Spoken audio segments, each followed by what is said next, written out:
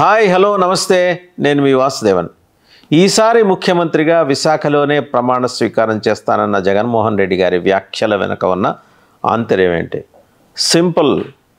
మళ్ళీ చెబుతున్నాను, ముఖ్యమంత్రి సొంతంగా చేయించుకున్న సర్వేలో 5 ఉమ్మడి జిల్లాల్లో జనసేన ప్రాబల్యం ముందు వైసీపీ తుడిచిపెట్టుకుపోతుందని ఒక బలమైన సంకేతం రావటం ద్వారానే ఆయన ఫోకస్ అంతా ఆ జిల్లాల మీద పెట్టారు. అందులో 3 ఉత్తరాంధ్ర జిల్లాలు, 2 ఉభయ గోదావరి జిల్లాలు ఉన్నాయి. అక్కడ పవన్ కళ్యాణ్ ఇంపాక్ట్ వల్ల వైసీపీ పునాదులు కదిలిపోతాయనే ఒక భయం అయితే ఆవరించడం వల్ల వైసీపీ అగ్రనాయకత్వం ఒక విభిన్నమైన ఆలోచనతో ముందుకు వస్తుంది. ముఖ్యమంత్రి జగన్మోహన్ రెడ్డి గారికి విశాఖపట్నం అంటే ఎంతో ప్రేమని, రాబోయే రోజుల్లో అక్కడ అభివృద్ధి చేసి చూపిస్తామని అని స్పష్టంగా చెప్పడం కోసం అండ్ తాను ముఖ్యమంత్రిగా అక్కడే ఉంటానని చెప్పి ఒక మాటని జనాలకు కన్వే చేసి ఒక మైండ్ గేమ్ ఆడటానికి జగన్మోహన్ రెడ్డి సిద్ధమయ్యారు. మరి పవన్ కళ్యాణ్ ఎపిసోడ్ని ఒక్కసారి మనం గమనిస్తే, ఆయన Varahi phase 1, phase 2, phase 3, phase 4లో నేను గెలుస్తాను, నేను ఇక్కడే ఇల్లు కట్టుకొని తీరుతానని చెప్పి గాజువాక ప్రజలకి హామీ ఇచ్చి మరీ వెళ్ళారు ఆయన. సో ముఖ్యమంత్రి అయితే జగన్మోహన్ రెడ్డి అక్కడి నుంచే ప్రతిపక్ష నాయకుడిగా పవన్ కళ్యాణ్ అక్కడే ఉండేలాగా ముందరే డిజైన్ చేసుకున్నారా?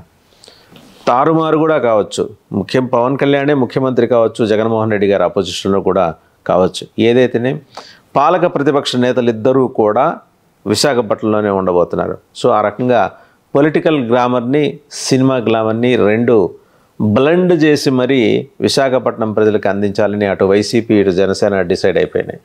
నేను మళ్ళీ చెప్తున్నాను, అన్నీ బాగుండి సవ్యంగా జనసేన తెలుగుదేశం కాంబినేషన్ అలయన్స్లో గనక ఆ అలయన్స్ విజయం సాధిస్తే ఏమో గుర్రం ఎగరావచ్చు.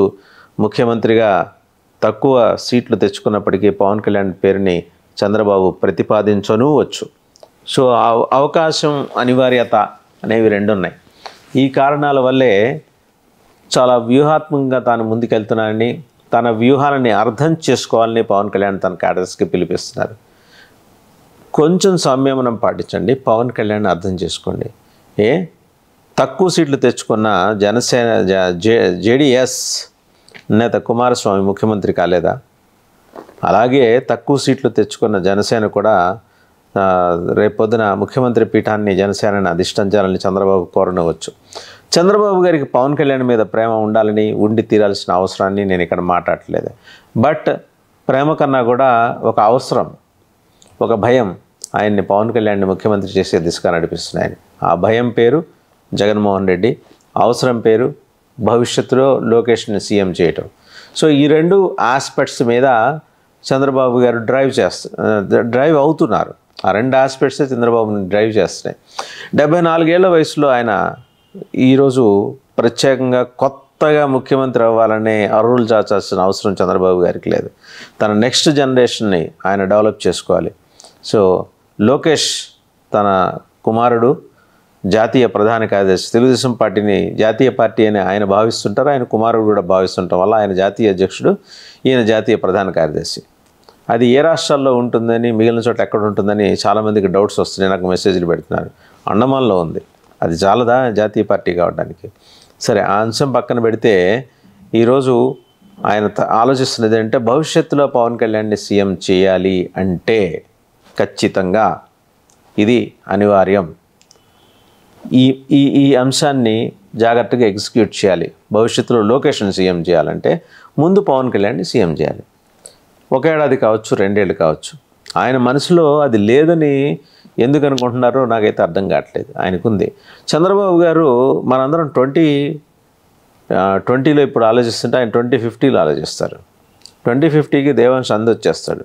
ఆ టైంకి తరాలు మారినా సరే నారావారి వంశం నుంచే ముఖ్యమంత్రి ఉండాలని చెప్పేసి ఆయన లాంగ్ టర్మ్ ప్లాట్ఫామ్ రెడీ చేసి పెట్టుకున్నారు. మధ్యలో కొన్ని అడ్డంకులు రావచ్చు కాక, వచ్చినంత మాత్రాన ఆయన ఎఫర్ట్స్ ఫ్యూటైల్ అయిపోయినా ఆయన అనుకోవటానికి వీలు లేదు.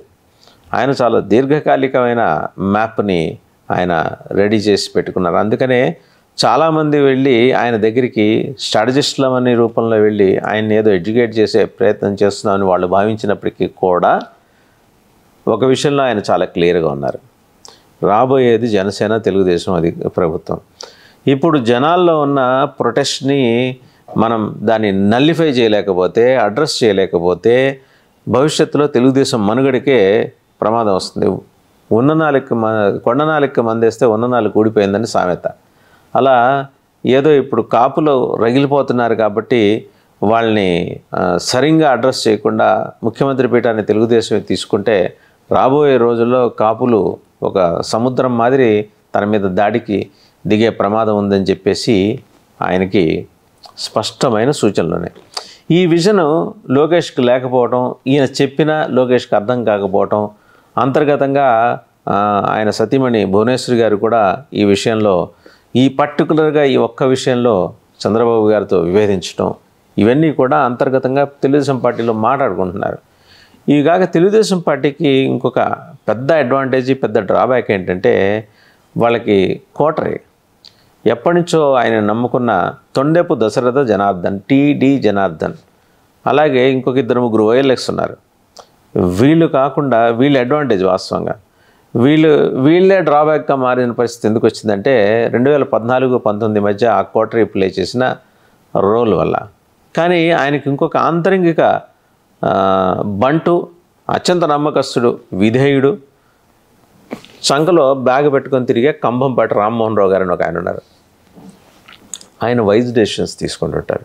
ఆయన చాలా చిన్న చూపిస్తుంటారు. తెలుగుదేశంలో కమ్మాళ్ళు పెద్ద కమ్మలు అని భావించేవాళ్ళు కంభంపాటి రామ్మోహన్ రావు గారిని.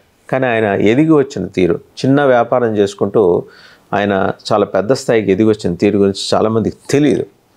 సరే, ఇదంతా ఎందుకు ప్రస్తావన చేసుకుంటూ వచ్చినాయంటే కంభంపాటి లాంటి వాళ్ళు ఇంకో ఇలాంటి 10 మంది చంద్రబాబుకి సెకండ్ లేయర్లో ఉంటారు. ఈ సెకండ్ లేయర్ అంతా కలిసి ఇచ్చిన సలహా ఏంటంటే, సూచన ఏంటంటే, ముందర పవన్ కళ్యాణ్ని సీఎంని చేసేద్దాం, మనం కాపు సమాజాన్ని అడ్రస్ చేసిన వాళ్ళు అవుతాం. ఆయనకి 24 సీట్లు ఇచ్చాం. ఆ 24 సీట్లు ఆయన కాపుల్ని నుంచోబెట్టే పరిస్థితి ఉన్నది. అందులో కొన్ని ఎస్సీ సీట్లు ఉంటాయి. ఖచ్చితంగా ఆయనది కులాలను కలుపుకుని వెళ్ళే సిద్ధాంతంగా కాబట్టి ఆయన అందరినీ అకామిడేట్ చేస్తాడు. మనం ఎలాగూ చేయము, మనం కమ్మోళ్ళకే ఇస్తాం, కనీసం ఆయనైనా మిగిలిన కులాలకి వాళ్ళకి ఇద్దాం అని చెప్పేసి ఈ సెకండ్ లేయర్ అంతా కూడా చంద్రబాబుని ఇన్ఫ్లుయెన్స్ చేసే ప్రయత్నం చేస్తుంది. చంద్రబాబు గారు కూడా ప్రజాస్వామికవాది. అవసరమైన సందర్భాల్లో ఆయన ప్రజాస్వామ్యం గురించి మాట్లాడుతుంటారు. నేను మళ్ళీ రీటరేట్ చేస్తున్నా, పునరుద్ఘాటిస్తున్నాను, తనకు అవసరమైన సందర్భాల్లో ప్రజాస్వామ్యం గురించి మాట్లాడుతుంటారు. ఇప్పుడు తెలుగుదేశం పార్టీ మనుగడ కోసం ఏంటంటే, అంటే అది ఆయనకి అవసరం కాబట్టి తెలుగుదేశం పార్టీ మనుగడ కోసం ఆయన ఏం చేస్తున్నారు అంటే, ఇప్పుడు ఆయన ఈ అంశాన్ని తెర మీదకి ఆయన తీసుకొస్తున్నారు. పవన్ కళ్యాణే CM, yes let it be 1 year or 2 years, at least 2 years ఉంటే అటు బీజేపీ కూడా గమ్మున ఉంటుంది. సో పవన్ కళ్యాణ్ వాళ్ళ తర్వాత బీజేపీ పవన్ కళ్యాణ్ కలిసి డెవలప్ అవుతారు. తెలుగుదేశం ఎలాగో క్యాడర్ బేస్ ఉన్న పార్టీ, మొన్న ఈయన జైల్లో ఉన్నప్పుడు మళ్ళీ దాన్ని వెంటిలేటర్ నుంచి తీసుకొచ్చి ఐసీయూలో నుంచి జనరల్ వార్డులోకి షిఫ్ట్ చేశారు అలాగే పవన్ కళ్యాణ్.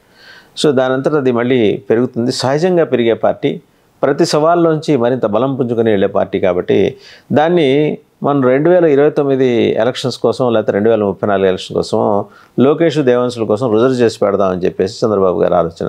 చూద్దాం ఏం జరుగుతుందో.